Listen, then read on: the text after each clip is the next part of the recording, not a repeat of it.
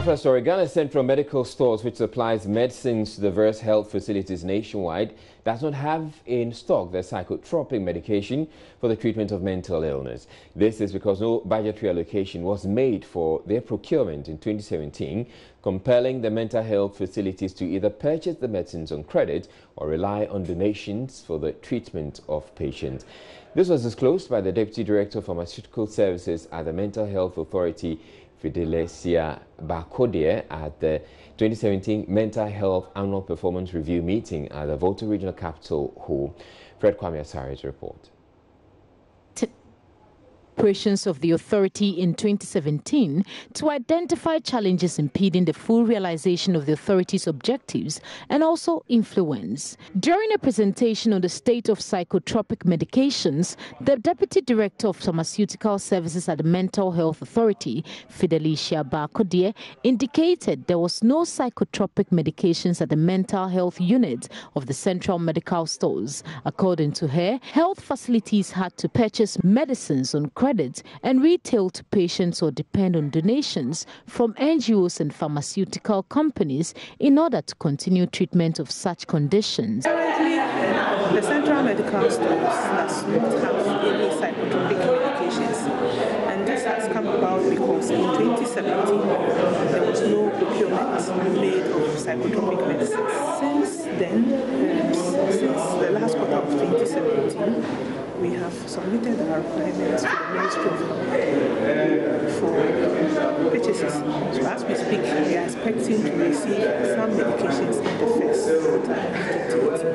Yes, so far, because there are no medicines available, and most psychiatric hospitals have had to rely on donations from NGOs such as this. And where the medications are not, where patient needs a medication that has not been donated, they are given prescriptions to purchase them from the open market. She added that only 3.3% of a budgeted 90 million cedis for procurement of psychotropic medications for 2018 has been approved. We initially projected 90 million for our requirements. That will take us roughly 2 years. But we are told that the money available is 3 million. So we had to reduce quantities of certain medications and take out actually some of the less common conditions, medications for the less common conditions, so that we could get something that would fit within the budget. The Chief Executive of Mental Health Authority, Dr. Kwesi Osei, said his outfit is working to secure enough funding. Over the years, 3-4 years, and last year, we decided to go to the streets, pick patients who are there, vacant patients, bring them to the hospitals and treat them. Today, we were able to take about 100 patients, but we didn't have the funds to continue because on average, you require about 5,000 to 6,000 per patient that you bring from the street for him to work. And that is a lot of funding. So in a situation where we didn't have money for our own patients on the wards, it became a challenge. Dr. Kwesi Osei also expressed optimism, the objective of integrating mental health into general health. He believes this will contribute to improve on mental health care delivery in the country. Fred Kwame Asari's report for Joy News. The Forestry Services Department has arrested 4 people in the Tiwa Forest Reserve in the Eastern Region for engaging in illegal mining, also known as galamsey. The suspects were arrested mining in the reserve at Buma in the Tiwa district and handed over to the Enyinem District Police Command. They are Richard Dampa, 25, a driver, Kofi Asumening, 38, a farmer, Logo Kwabena, 29, a miner, and Oscar Date, 17, a student. Assistant Forest Manager in charge of the Tiwa Range, Palmer Akins, said the team retrieved some equipment from the suspect. The Kufuria Circuit Court B, presided over by Hannah Mercy Adai Kote, remanded the suspects into prison custody to reappear on March 8. Mr. Palmer Akins expressed worry over rampant illegal mining activities in forest reserves. People are working hard to just stop these illegal miners. They've diverted their attention to the forest reserve, that is the Tiwa Forest Reserve. And we had information about their activities.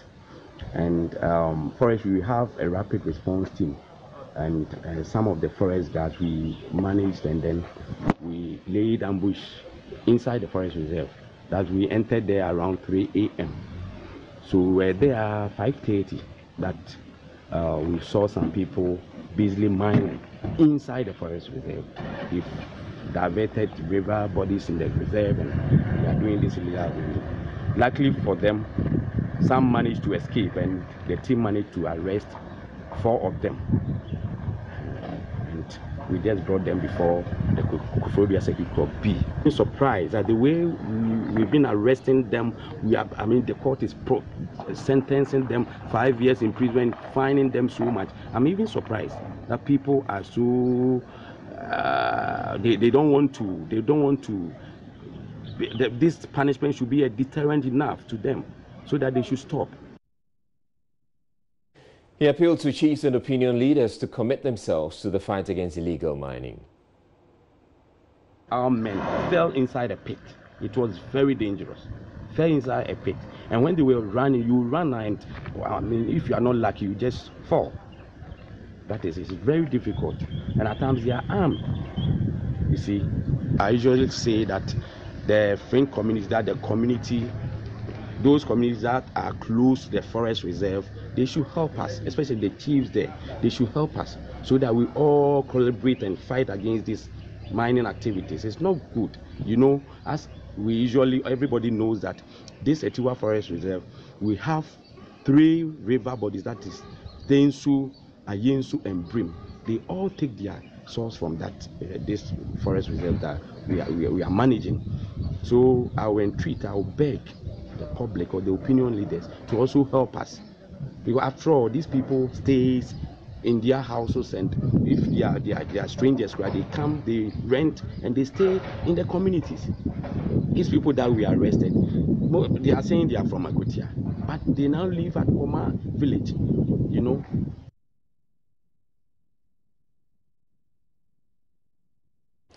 Ghana is expected to experience intense droughts and floods in the coming years if government fails to address climate change in the country. That's the damning report by the Environmental Protection Agency, which says a study it conducted revealed that the country is at high risk. The EPA has also expressed worry about the impact of climate change on the country's agricultural yield. At the news briefing in Accra Wednesday, a senior lecturer at the University of Development Studies and a member of the EPA, Dr. Raymond Kase, also observed that crops have been negatively affected by climate change as farmers are unable to determine the rainfall pattern. Some analysis that we've carried out so far is showing that the two extremes are going to increase over time. So if we've counted for a number of droughts in the last 40 years, those number of droughts are going to increase. If we've counted a number of floods in the past years, the number of floods are going to increase. So the two extremes are going to increase as we are going forward. So we need to prepare as a country for these two extremes, the droughts and the floods. When do the rains really becomes a big problem for farmers to start planting. So the false start is something that affects agriculture in this country. Then the dry spells is another problem. Many of our farming practices rely heavily on rain-fed agriculture. Dr. Kase also cautioned farmers to desist from the practice of farming by streams and water bodies, warning it results in the silting of dams with adverse effects. The farmers today are dependent on many things, and of course are doing a lot of the farming by the streams, something that we are trying to discourage because that is causing siltation of our dams, siltation of our water bodies. And very soon we start to worry about energy because once our dams are silted, a lot is not running down Akosombo and not enough to generate electricity. Then another problem is created. Meanwhile, the Environmental Protection Agency wants clearance from government to recruit more officers. The agency says low staff strength continues to limit its performance. Just about 350 officers serve the entire country, a situation PRO of the EPA, Angelina Mensah, considers worrying. A presidential fiat, according to her, will remove frustrations and bottlenecks the agency faces, especially going through the Public Services Commission to recruit staff. She was speaking with Joy News' Adelaide Arthur. We are taking care of pesticides and chemicals. We are taking care of human settlement. We are doing climate change. we are doing mining, we are doing oil and gas, we are so environmental assessment. So how many people do you think should be in each department? And sometimes I ask myself, can't we have a presidential fiat for us to at least employ about 100 people? Because if we do compliance, monitoring and compliance, and we move people from head office and go to the regions, because of the numbers, they could actually shut down recalcitrant companies or industries. There are others who even don't have permit, and then when they go on the field, they see it. But if you're only 2 in a region, or 3 in a region, 1 is an administrator, okay, 4, the driver, the administrator, the regional director, and the assistant. What can you do? We need a presidential fiat to hire and engage people to work with, because we would be paying them with the internally generated fund. We've been asked to pay ourselves now. And we do not want the process where they will say, go through the Public Services Commission, because they put a lot of impediment in our ways. The presidential fiat supersedes the Public Services Commission's requirements. So we need that, and it's very, very urgent. It should be looked at critically, because if the environment is not healthy, your people are also sick, your economy would also fall into tatters. This is basically what it is. We're taking a break here on Joy News Prime. Still ahead, students of Ghana School of Law demand remarking of recent bar exams, which saw mass failure of candidates. They also want a scrapping of the Independent Examinations Board.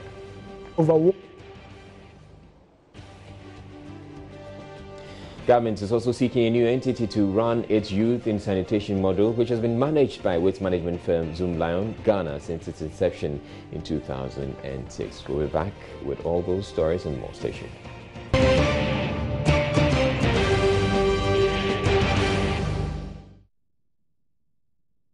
The inability of officials from the Kumasi Technical University to provide adequate responses to infractions in the Auditor General's report forced Parliament's Public Accounts Committee to suspend hearing on Tuesday at Sunyani in the Brunhafo region. According to the committee's chairman, James Klucha-Aveji, acting vice-chancellor of the university, Professor Isiama Yeboah, and his team could not address most of the issues that came up about a joint venture they signed with a Chinese company. Nestor Kafuya-Juma filed the following report.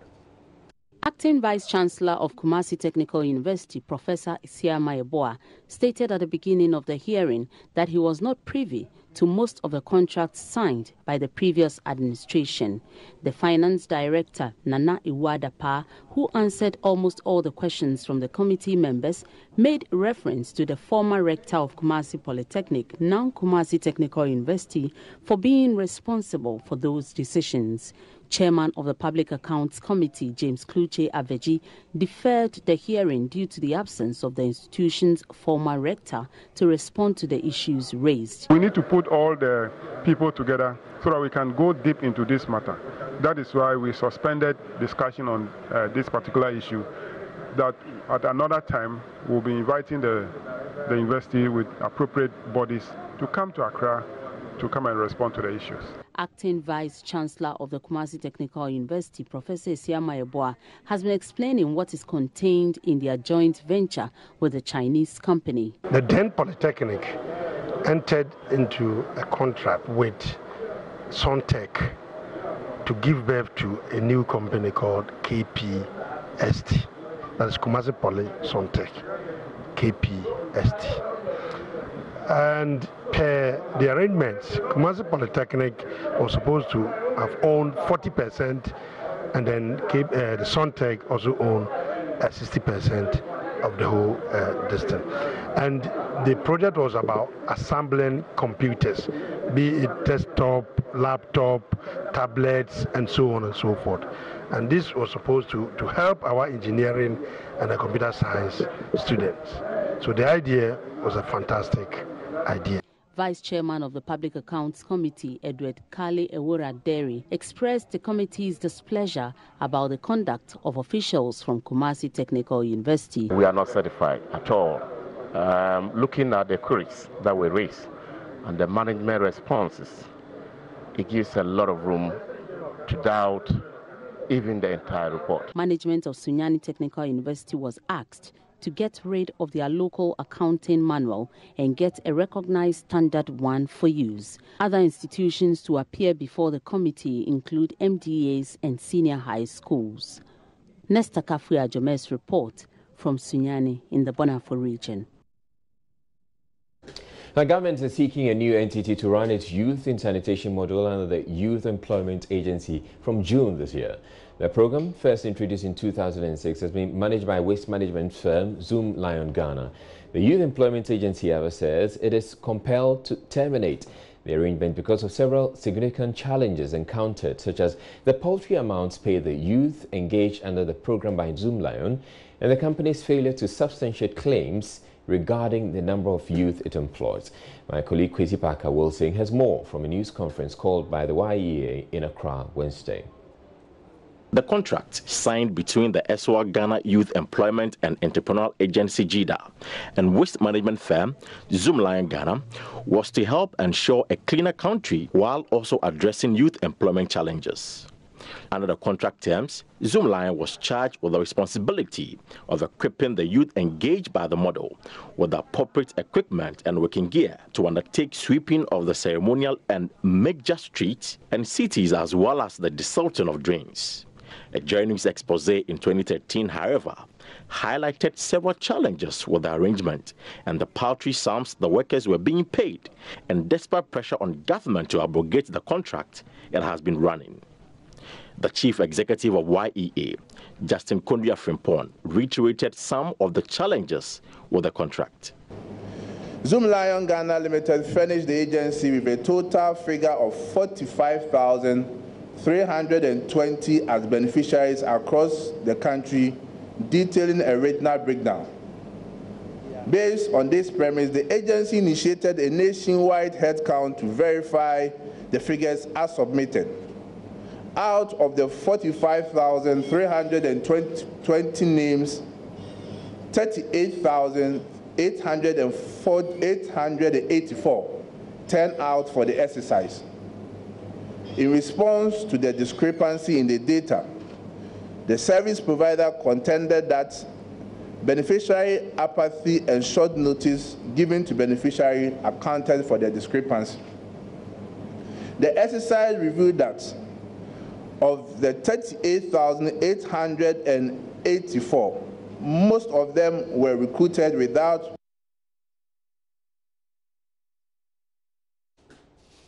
You're watching Joy News Prime. Now, the local chapter of Transparency International Ghana Integrity Initiative has launched the 2018 Corruption Perception Index, and the results that are coming out of it doesn't look too good for Ghana. We're joined on the line by the executive secretary of the Transparency of the Ghana Integrity Initiative, Linda Ofori Kwafo, who's going to be giving us some details about the Corruption Perception Index for Ghana for 2017. Thank you for making time to join us. Now, it doesn't appear as if this Transparency Index or Corruption Perception Index looks very good for Ghana. Can you tell us what's in there?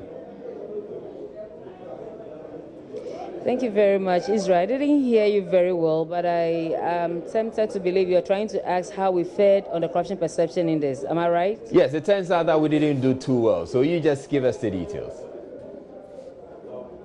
Okay, thank you very much. And this year, today we launched the Corruption Perception Index for the year 2017. And that is an index that actually looks at how perceived a country's public sector is expected or is perceived. How corrupt, a country's public sector is perceived. And I have to tell you that on a scale of 1 to 100, Ghana scored 40 points out of 100 clean points. And this means that we actually dropped from our 2016 CPI by 3 points. And from our 2015 CPI, we dropped by 7 cumulative points. So since the period that the CPI became comparable from the year 2012, Ghana's CPI we've actually scored the lowest so far as the CPI is concerned from the year 2012. This is the lowest, scoring 40 out of a clean score of 100. Now, what probably could account for this terrible score?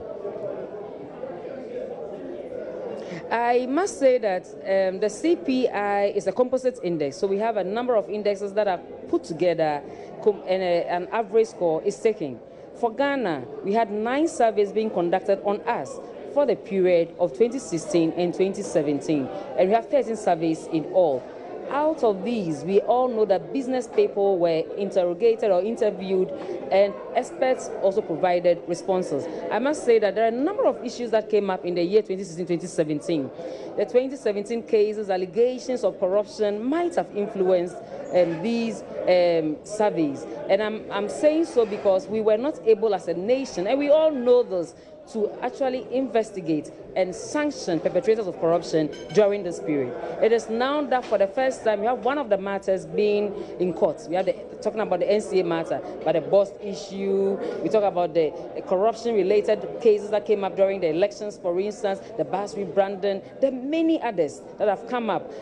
Talk about even the parliamentary bribery matter. Might all have influenced the respondents of these surveys. So obviously the country was not expected to have done well. We have some initiatives that we have to mention that they are good enough. We have the paperless pot system, for instance, the digital addressing system are likely going to contribute in future to how we perform. I think many people were expecting, we were all hopeful that this might have contributed, and we should have actually seen a better score than we have now. But this is what we have, meaning those results, those new initiatives have not started yielding any result.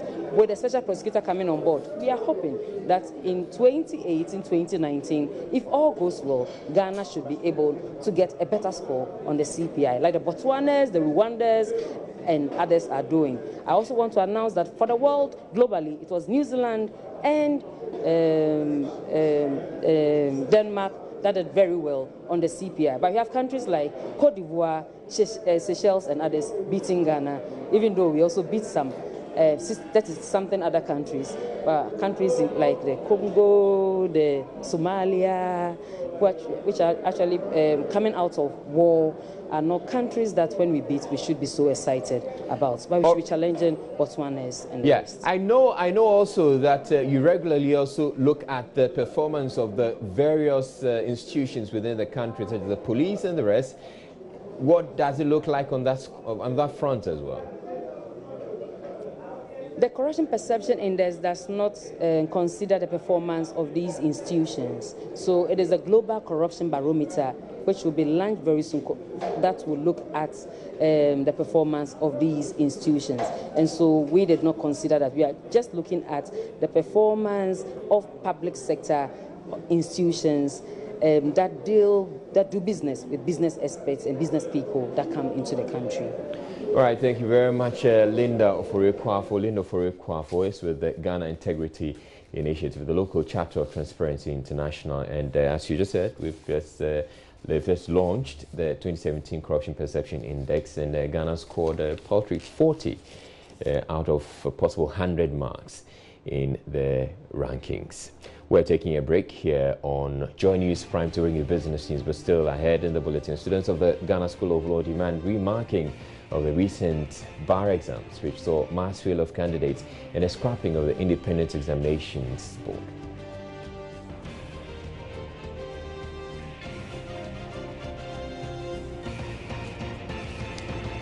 Stay tuned, business news is next.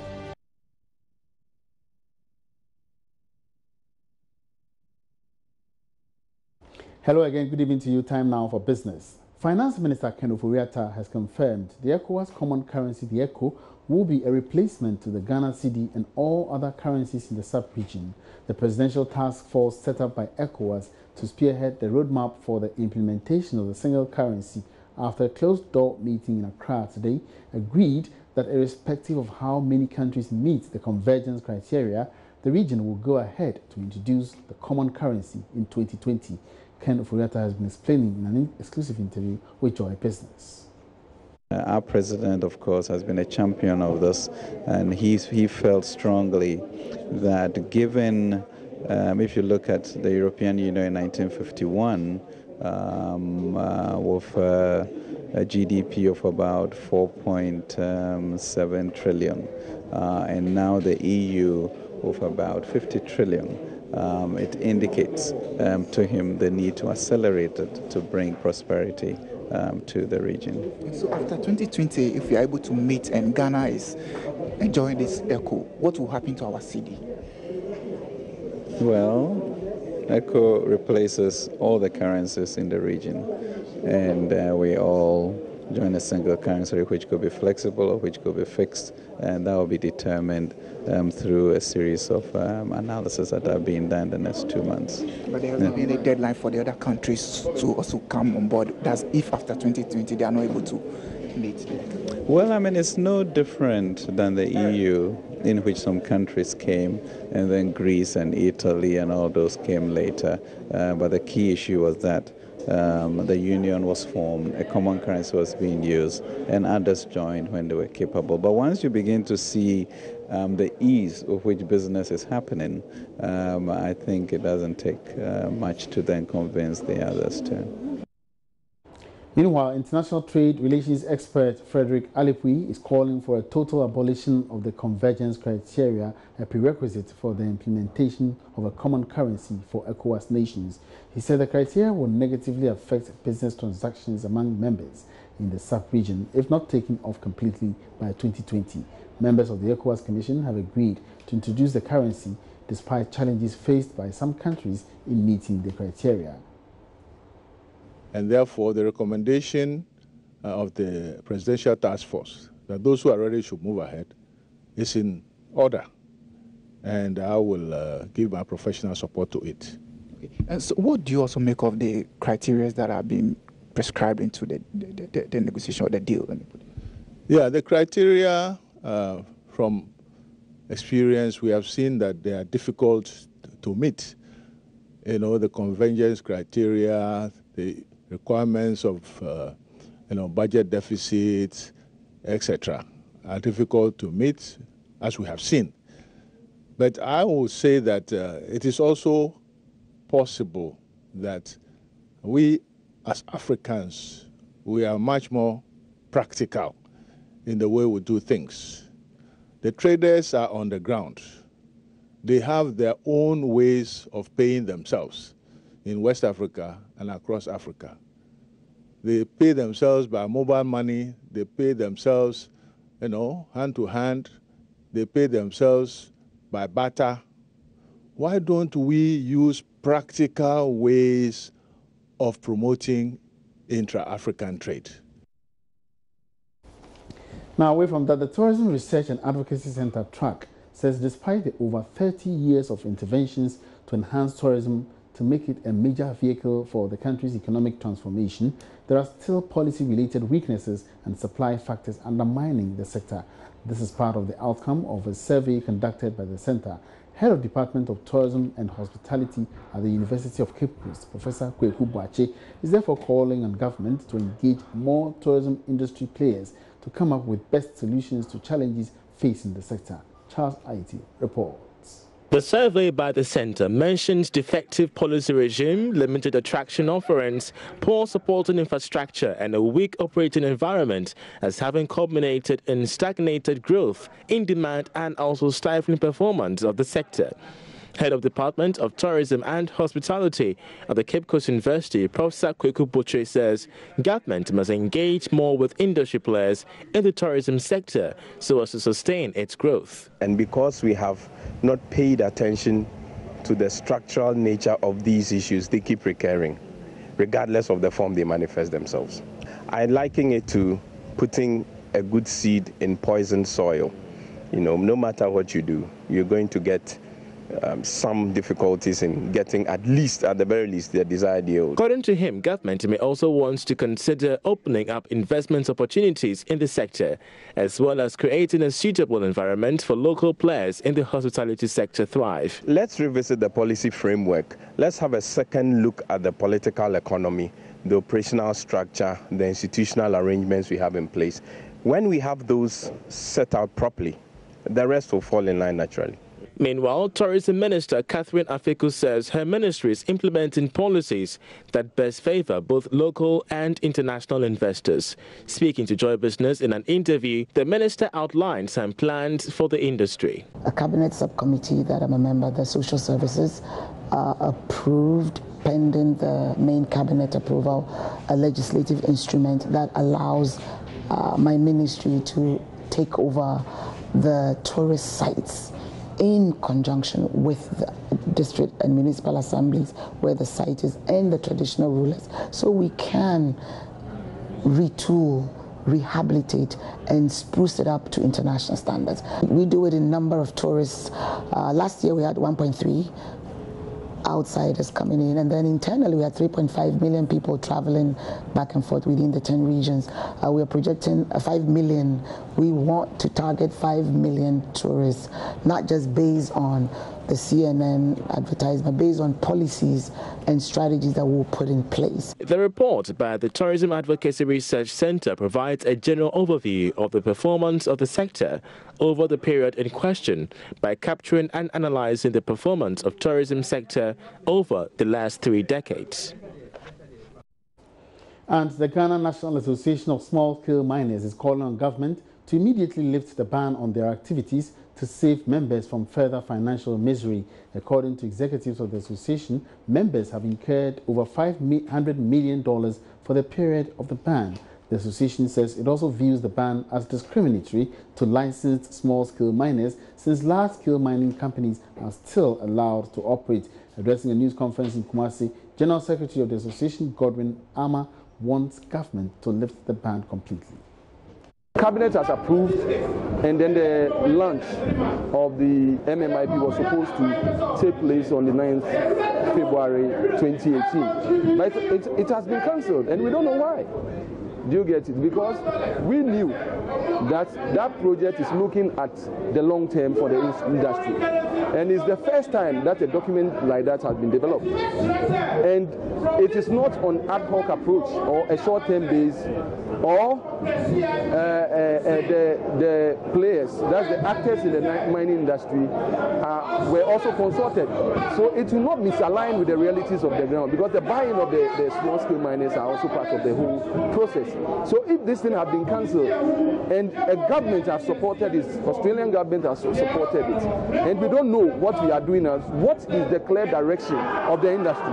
That's what we are asking. Because it's like close to a year, you don't know what is going on. But we, the small-scale miners, we are licensed operators, we are entrepreneurs who have invested into our operations.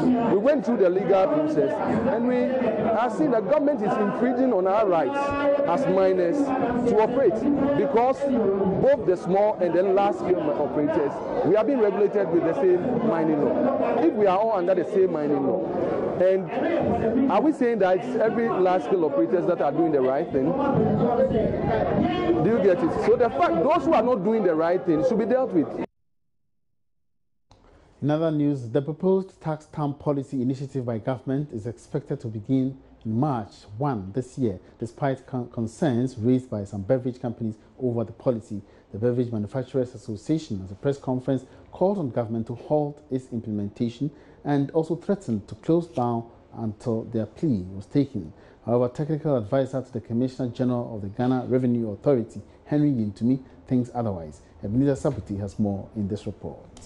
The Excise Tax Stamp Act 2003, Act 87, was passed by Parliament in December 2013 to enable the Ghana Revenue Authority enforce the affixing of excise tax stamp on specified goods before they are delivered and cleared from the ports for sale. The tax stamp received presidential assent in January 2014. In an interview with Joy Business on the disagreement with the policy by some local manufacturers, the technical advisor to the Commissioner General of the Ghana Revenue Authority, Henry Yentumi, hinted that sensitization is still ongoing in order to implement the policy. Tax excise policy has been agreed and is being implemented. It's a matter of consultation. Again, is making sure that the processes are in place, that the necessary consultation, stakeholder engagement is done, and that the implementation is successful. So indeed, it is law and it is GRA's responsibility to ensure its implementation.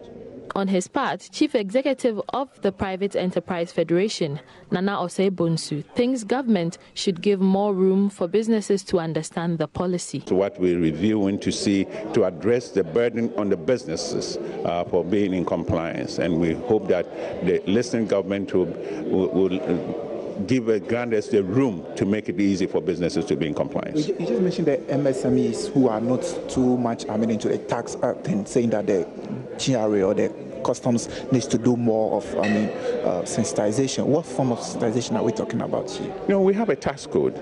And for a small businessman, he doesn't have the technical skills and competencies to analyze what is in the tax code. They have to rely on consultancies, which they cannot afford.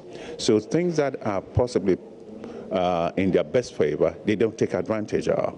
And things that are inimical to their business, GRA will enforce it. So what we're saying is there must be education on the part of GRA so that businesses will be in compliance as much as knowing what is in favor of their businesses. And that's all we have for you by way of business tonight. Thank you so much for watching. My name is Emmanuel Abuaji Wiafi. There's more news ahead. Don't go away.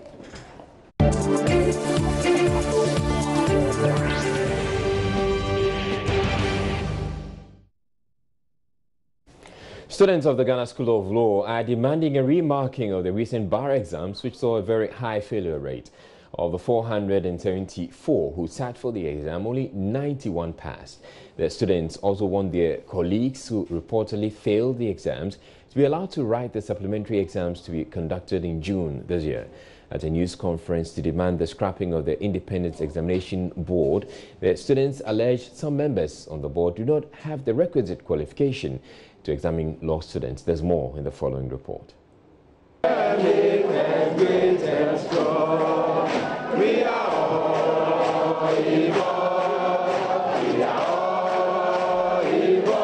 Red arm and neck bands, red dripping around tree stumps. A clear sign the students of the Ghana School of Law Wednesday embarked on what they call a massive protest.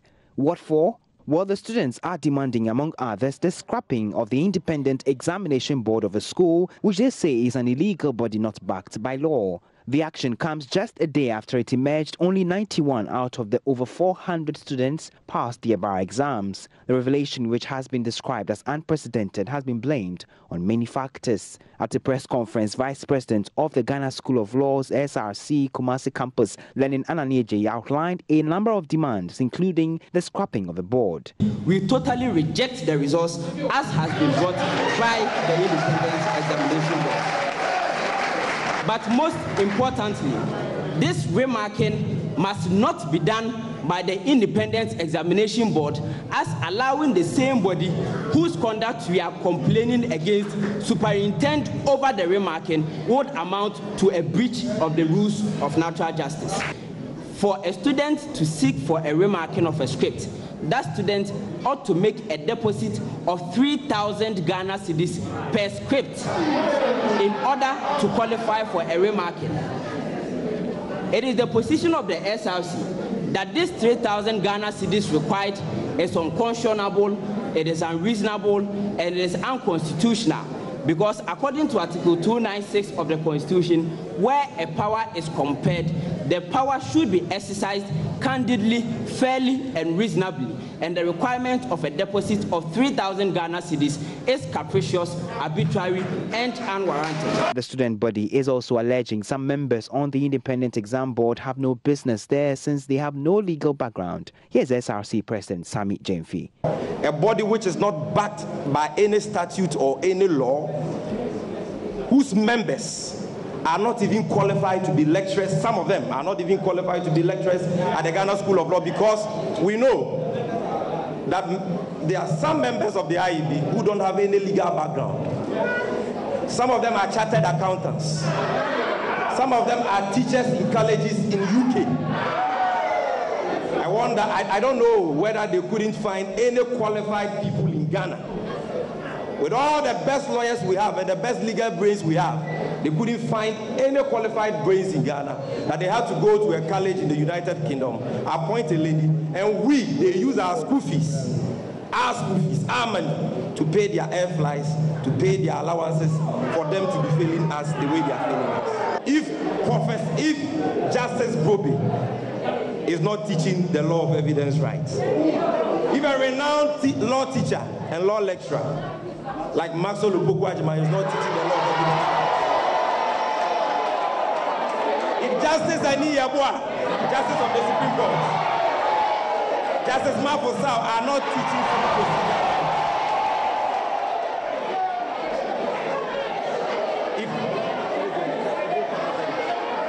if Justice Dennis is not teaching the law of interpretation rights, then who can teach it in Ghana?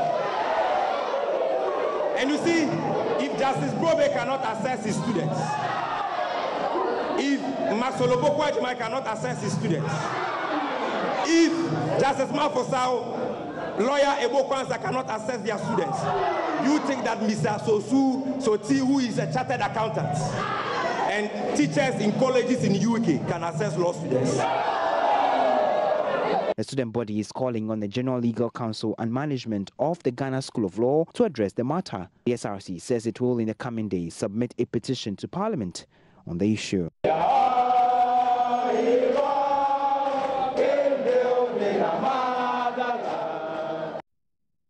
MPs are meanwhile calling for an official investigation into the recent fatal failures at the Ghana School of Law, describing it as shocking. It's emerged 81% of students who sat for the final exam at the law school last year failed. This is coming at a time when there is controversy over a directive by the Supreme Court to reform admissions to the Ghana School of Law. Ranking member on Parliament's Legal Affairs Committee, Yunusaf Hussaini, says someone must answer for the poor results. I was shocked. In fact, I couldn't believe it. I couldn't believe it because teachers set out to train people to pass.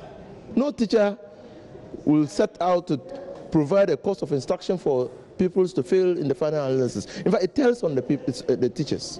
In fact, the fact that only 91 students out of the total number of students, total about 480 students, passed the examination, tells on the teachers.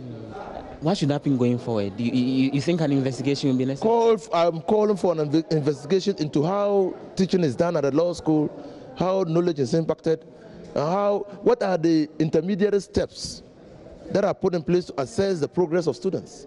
Because as a teacher, I trained as a teacher before I became a lawyer. As a teacher, you have interim assessments, you have quizzes, you have class tests, you have assignments.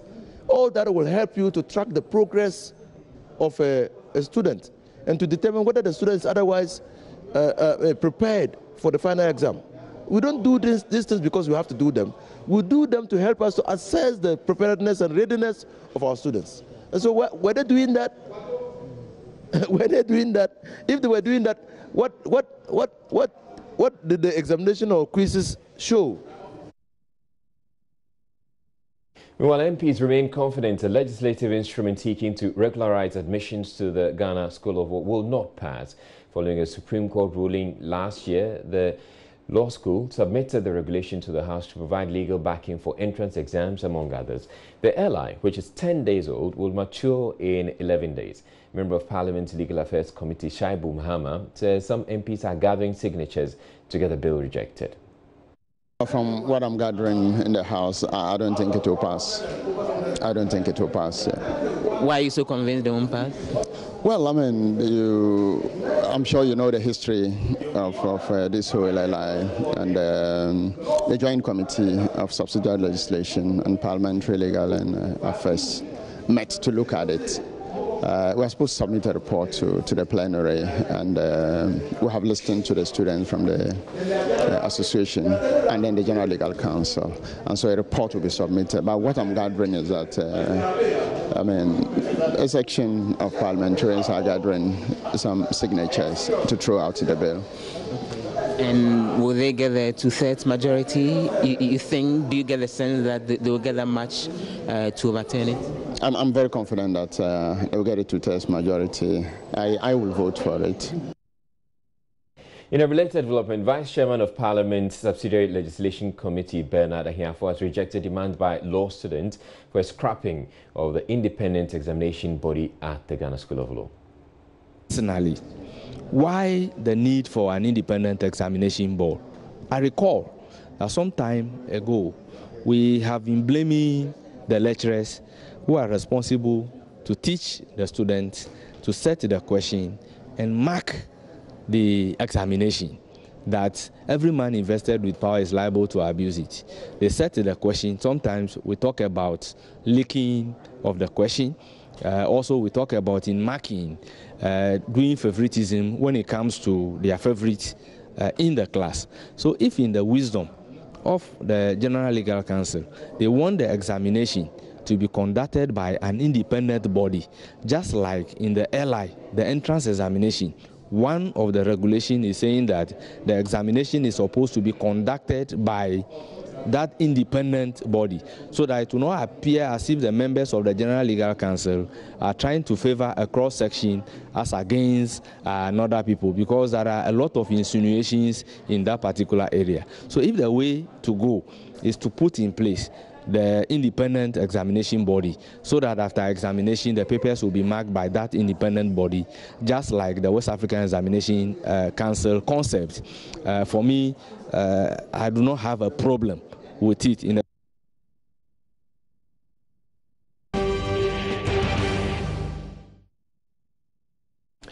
After shifting the target date for implementation of its single currency several times, the Economic Community of West African States, ECOWAS, has finally decided to begin with countries that meet the criteria come 2020. The ECO has suffered several failed starts since 2003 due to the lack of political will in part, as well as failure of member states to meet economic targets such as stable exchange rate and single-digit inflation, among others. Speaking to Joy News on the sidelines of a sub-regional meeting of the group in Accra on Wednesday, Ghana's Finance Minister Ken Ofori-Atta assured Ghana will be ready by the new deadline. There is more in the following report. The aim of ECOWAS is to pull down all barriers that impede trade among member states. A common currency has on many occasions been touted as a sure way to boost trade and accelerate development. The fifth meeting of the Presidential Task Force seeks to amend roadmap towards realization of this dream in 2020. Co-chairman President Nana Akufo-Addo was joined by Togolese President Faure Gnassingbé, Cote d'Ivoire President Alassane Ouattara, Nigerian President Issoufou Mahamadou, and Governor of Nigeria's Central Bank Godwin Emefiele. President Akufo-Addo charged the leaders to seize the opportunity to make history by giving assent to the amended implementation plan. There are many amongst us who cannot accept that it is only Asians who can engineer their transition from poverty to prosperity in a generation. We should be determined to emulate that in our generation in West Africa and ensure that succeeding generations will be neither victims nor pawns of the world order. We have a historic opportunity to create a new reality for the peoples of ECOWAS, a reality of general prosperity and progress. Finance Minister Ken Ofori-Atta tells Joy News he is confident Ghana will meet the criteria needed come 2020. I think we can. As you can see from our performance in 2017, government is very committed to that. So we shall. Thank you. With the secondary and the primary targets, all of them? We will. I think we are on course, as you can see. For Ghana's Foreign Minister Shirley Ayoko-Botchwey, enough political will has been demonstrated by leaders on the continent. The presidents have decided, they have resolved that this time it shouldn't just be talk, but there should be action. After hours of deliberations, the regional body resolved to proceed with member countries that have met the criteria in 2020. Finance Minister Ken Ofori-Atta announced this at a news conference. She reaffirmed the gradual approach where countries which meet the convergence criteria can start the monetary union while the other countries can join later. D, welcome the progress made by the member states and encourage them to continue their efforts towards meeting the convergence criteria and strengthening the multilateral surveillance mechanism. It remains to be seen whether ECOWAS will be successful this time around in its quest for a single currency. 4 loyalists of the governing New Patriotic Party in the Eastern region have been charged with robbery after they allegedly broke into the residence of the New Drabin constituency secretary and took away an album for the upcoming constituency election. Alex Owusu, 33, Wadowski, 34, Obing Menu, 44, and Justice Afu Elias Oboyanki, 38, pleaded not guilty and have been granted bail to the sum of 100,000 cedis, each with 2 sureties, to reappear in court on March 1, 2018. 2 other accomplices, Tanko and Mafia, are on the run. The suspects have also been accused of stealing an amount of 4,700 Ghana cedis and other personal belongings of the constituency secretary, Pius Tevi. Lawyer for the accused persons, Francis Pole, had earlier told the court that there was no way the suspects could interfere in investigations if they were granted bail. The court, presided over by Her Honor Mercy Adai Kote, was told that Alex Owusu and Wadowski allegedly broke into Pius Tevi's New Drabin residence, blindfolded and tied him with a rope before bolting with envelopes containing the constituency album, mobile phones, cash, and other personal belongings. They claimed to have been hired by Obing Menu, who is a constituency organizer, to perpetrate the crime. Obing Menu, who was later arrested, however, denied the allegations.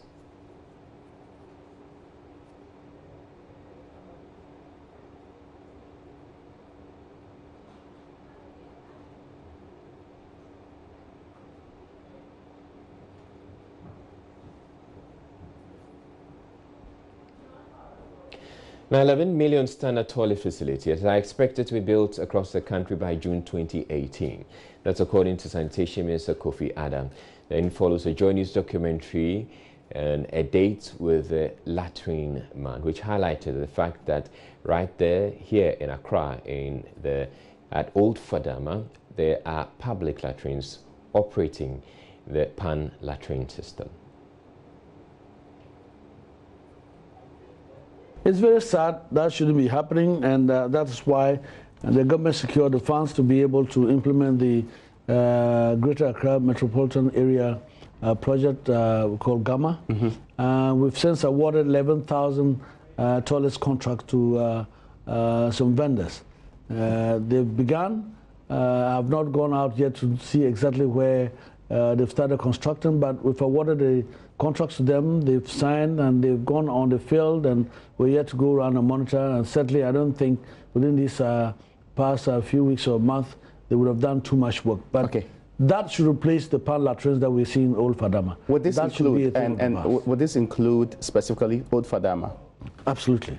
But this is shared amongst all of the 11 municipal metropolitan assemblies. So it says 11,000. Yes, that's first round. The first round of 11,000. A total of 19,000 under the Gamma project. But we are targeting 20,000 for Greater Accra. But is it the same Gamma project that says that we'll pay half, you pay the rest of the amount of money? Well, that's the principle. The principle is that you should contribute, not half in terms of cash. Okay. Okay, if you provide the space that will construct the toilet on, that can go for part of the payment in kind. If it involves excavating the earth to get some structure set up, that can be part of the payment in kind. Where you cannot afford any of that and you can put some money out there, certainly it's welcome. Where you don't have the cash up front and you have to resort to the assistance of some financial organization that's prepared to lend you the money up front, that too is also being considered. Okay. So it's not half up front in terms of cash up front, no. Is there a deadline for all of these 11,000 being built? We are targeting by the end of June, July, we should see more than half of them in place. Okay. And we're hoping that by the last quarter of this year, we'll be able to roll out another 8,000. Statistics from the United Nations suggest between 50 and 75% of physically challenged persons across the globe are jobless. Most of them find themselves on the streets with little or no hope of building a meaningful future for themselves.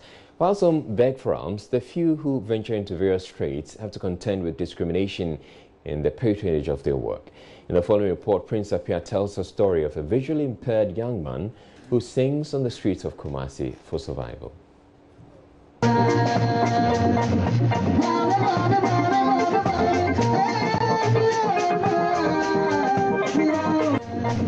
Anthony Kwate exhibits his skill on the keyboard here at Tech Junction.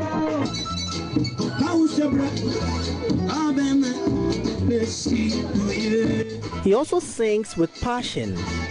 Beautiful as it may seem, Tony, as he is popularly called, is visually impaired.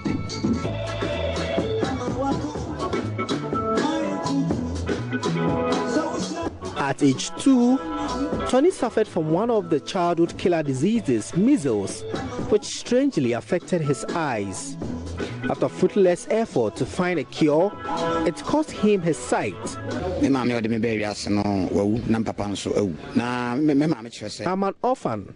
I've been in this state since 1983. No school, no job. Tony had to resort to and depend on his God-given talent to survive. He, together with other visually impaired friends, formed the Wonders of Peace of God International Blind Gospel Band. They go from town to town, community to community, to sing at lorry parks and at funerals. We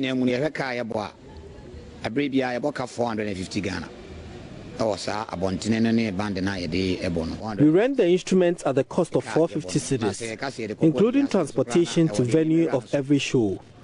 We are unable to pay the cost every day because sometimes we make between 200 and 250 cedis. It is difficult, but we have no option.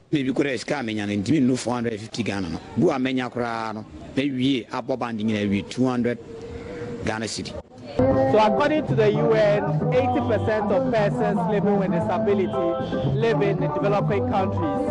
Now in a country like Ghana, a significant number of these persons beg on the streets. But for Tony and his colleagues, they've decided to make ends meet from their talent, that is singing. Their motivation every day is a little coin and note dropped in the box behind me.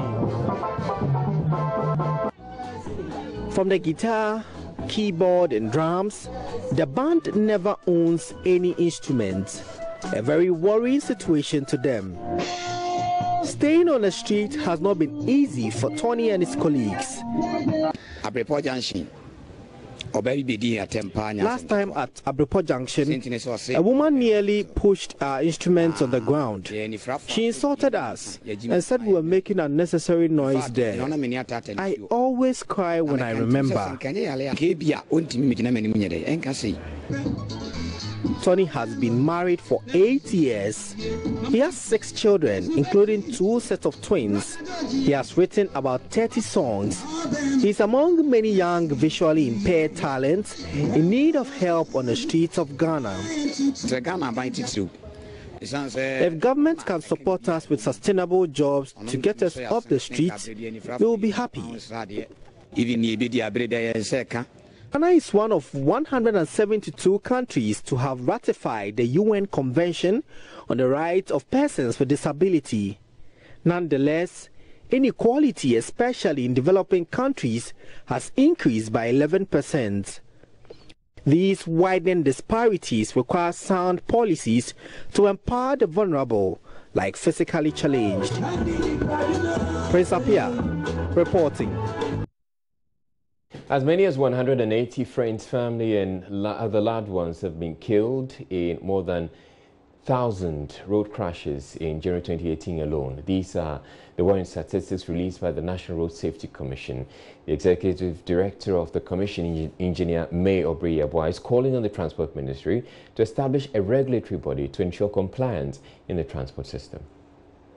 Preliminary investigations conducted by the National Road Safety Commission on the above crashes have revealed multiple contributory factors, the most prevalent among the factors being negligence and disregard for road traffic regulations on the part of drivers involved in the crashes, particularly excessive speeding, usually referred to as overspeeding. and overtaking without due care for oncoming vehicles, which we normally refer to as wrongful overtaking. Also revealing among the contributory factors were deficiencies associated with road infrastructure, the absence of road signs, roadway markings, street lighting, and safe crossing facilities for pedestrians are issues that continue to find space in the list of crash contributory factors. I cannot talk about the road and the crashes and not talk about the dangers confronting motorists at road construction or work zones where contractors also fail to install the appropriate traffic management and safety signs and expose motorists to open trenches and physical objects without any protection. The questions that are often asked include: who or which agency awarded the contract to the contractor? Was there any provision made in the contract for work zone safety? Who is responsible for ensuring compliance by the contractor? What are the sanctions for non-compliance? Why are road signs and markers not in place? Why are they faded and not remarked or replaced? Why are there no street lights? We would like to encourage the media to also reach out to our sister agencies, Ghana Highway Authority and Department of Federal Roads and Urban Roads, and demand some of these answers from them. Other contributory factors to road traffic crashes are the non-roadworthy vehicles, unqualified drivers, and gross indiscipline by majority of road users. Ladies and gentlemen, the task of ensuring safety on our roads is a shared and collective responsibility. Everyone must play his or her role. Government on its part has, through the passing of the Road Traffic Act and regulation, that is the Road Traffic Act 683 of 2004 and the regulation LI 2180, provided policy and regulations for safe management of transport and traffic in the country. It is required that institutions and individuals apply the provisions for the good of public safety on our road.